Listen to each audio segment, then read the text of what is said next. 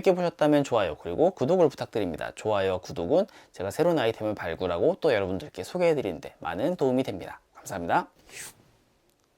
당신의 유니크한 취향을 찾아서. 안녕하세요, 글쓰는 노동자입니다. MWC 2019에서 촬영한 영상을 여러분들께 요새 많이 선보이고 있죠. 오늘은 좀 막간을 이용해서 여러분들께 좀 간단한 팁 아닌 팁을 소개를 해드리고자 합니다. 아시다시피 저는 이제 아이폰 XS를 쓰고 있습니다. 아이폰 XS의 특징은 여러 가지가 있겠지만 애플 eSIM을 지원한다는 점을 하나 꼽을 수 있겠는데요. eSIM은 일반적으로 이쪽에 들어가는 물리적인 유심이 아니라 소프트웨어적인 처리로 심 정보를 핸드폰 안에 넣어서 스마트폰이 셀룰러 데이터를 주고받을 수 있도록 하는 기술을 뜻하는데요. 아직 국내에서는 eSIM을 완벽하게 지원하지 않습니다. 몇몇 일부 그 스마트워치 같은 디바이스에 한해서 좀 제한적으로 지원하고 있는데 아직 아이폰에서에 있는 eSIM은 지원하지 않고 있습니다. eSIM을 지원하게 되면 장점이 듀얼 유심을 쓸 수 있다는 거예요. 이 듀얼 유심이라 함은 스마트폰 한 대에 심카드가 2개 들어간 것을 뜻하는데, 이미 듀얼 유심을 써보신 분들은 아시겠지만 이 듀얼 유심의 장점은 메인 유심으로는 전화 문자를 받고, 그리고 서브 유심으로는 데이터를 주고받을 수 있게 이 기능을 분화시킬 수 있다는 점이 있습니다. 다시 말해서 요금제를 달리 구성할 수 있다는 거죠. 일종의 요금제 포트폴리오를 좀 세분화할 수 있다는 거죠. 여러 소비자의 패턴에 맞게 요금제를 조금 더 아주 세밀하게 조절할 수 있다는 그런 장점이 있습니다. 또 2개의 번호를 이용해서 개인용 번호와 또 업무용 번호, 이거를 2개의 폰을 갖고 다니는 것이 아니라 하나의 폰으로 이 모든 것을 활용할 수 있게 지원한다고 해서 나쁠 게 전혀 없는 그런 기능이라고 할 수가 있겠습니다. 각설하고 국내에서는 아직 eSIM을 지원하지 않습니다. 근데 이제 미국 그리고 일부 국가에서는 점차 이제 eSIM을 지원하고 있는데요. 현재 eSIM만을 지원하는 여러 가지 서비스가 좀 있습니다.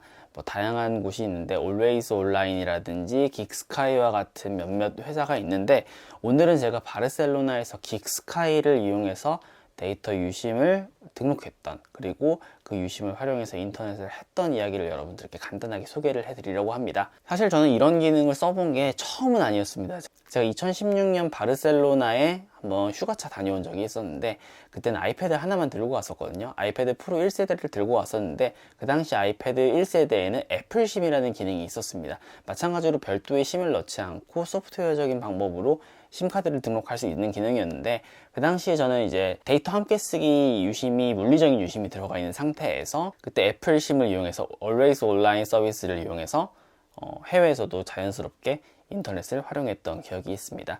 이번 아이폰 XS에는 Always Online보다 조금 더 저렴한 긱스카이를 이용해서 실제로 셀룰러 네트워크에 등록을 해서 바르셀로나에서 인터넷을 문제없이 활용할 수 있었습니다. 그래서 오늘은 여러분들께 이 긱스카이를 어떻게 쓰고 어떻게 등록했는지를 여러분들께 소개를 해드리고자 해요. 현재 영상은 제가 몬세라트로 가기 전에 기차역에서 직접 긱스카이를 등록하는 과정입니다. 긱스카이 앱이 필요하거든요. 그래서 저는 한국에서 긱스카이 앱을 이미 받아갔어요. 앱을 받는 것 자체가 조금 고된 일일 수 있으니 한국에서 미리 받아가시는 걸 권해드리고 싶습니다. 긱스카이를 등록하시려면 인터넷이 되는 환경이어야 된다는 점을 잊지 말아 주시기 바랍니다. 긱스카이 앱을 켜면 아이폰 XS eSIM이라고 뜨면서 현재 아이폰의 위치에 따라서 지역 그리고 가격이 나오는데요. Buy Now 버튼을 눌러서 계속 진행할 수가 있습니다. 가장 먼저 계정이 없으면 계정을 만들어야 되는데요. 중요한 것은 그 다음에 결제 수단, 그 카드를 등록을 해야 되는데요. 해외 결제 카드를 등록할 수 있으며 카드 번호, 영문 이름, 만료기한, CVV 번호, 청구 주소를 영문으로 적으면 됩니다. 결제 수단 카드를 미리 들고 가시는 게 도움이 되겠습니다. 저는 시험 삼아서 300MB 그 하루짜리 플랜으로 $10를 결제를 했는데요. 지나고 나면 한 일주일 동안 한 3GB 정도를 쓴 것 같아요. 결제 카드를 등록하면 이 카드를 실제로 쓸 수 있는지 $1 정도 청구 후에 다시 카드 취소를 하게 되는데요. 여기서부터는 조금 중요하게 보셔야 되는데요. 플랜 라벨과 기본 회선을 설정을 해줘야 됩니다. 아이폰의 셀룰러 옵션에서 셀룰러 요금제를 설치를 해야 되는데, 그때 긱스카이 플랜 2라는 회선을 등록을 하고 이 회선은 셀룰러 데이터만 쓰겠다라고 설정을 해줘야 된다는 안내입니다. 셀룰러 요금제 설치 화면이 나오면 계속을 눌러 진행하시면 되고요. 새로운 긱스카이 요금제의 레이블, 이 라벨을 긱스카이 플랜 2로 바꿔주라는 이야기였습니다. 만약 다른 옵션을 설정하셨다면 아마 인터넷이 안 될 거고요. 나중에 셀룰러 옵션에서 변경할 수 있으니 확인해서 사용자 설정 레이블에 긱스카이 플랜 2를 등록하시기 바랍니다. 기본 회선에서도 셀룰러 데이터에만 셀룰러 데이터 사용을 선택해 주시면 됩니다. 저는 처음에 실수해서 나중에 셀룰러 데이터 옵션에서 이 내용을 바꿔줘야만 했습니다. 여기까지 설정하면 안테나 모습이 조금 바뀌는 것을 볼 수 있습니다. 두 개의 안테나가 나뉘어서 표시가 되는데요. 모든 과정이 끝나면 이심 라인에 긱스카이 플랜 2 그리고 네트워크에 커넥티드라는 메시지가 표시됩니다. 그리고 이제 인터넷이 연결되는 모습을 볼 수 있습니다.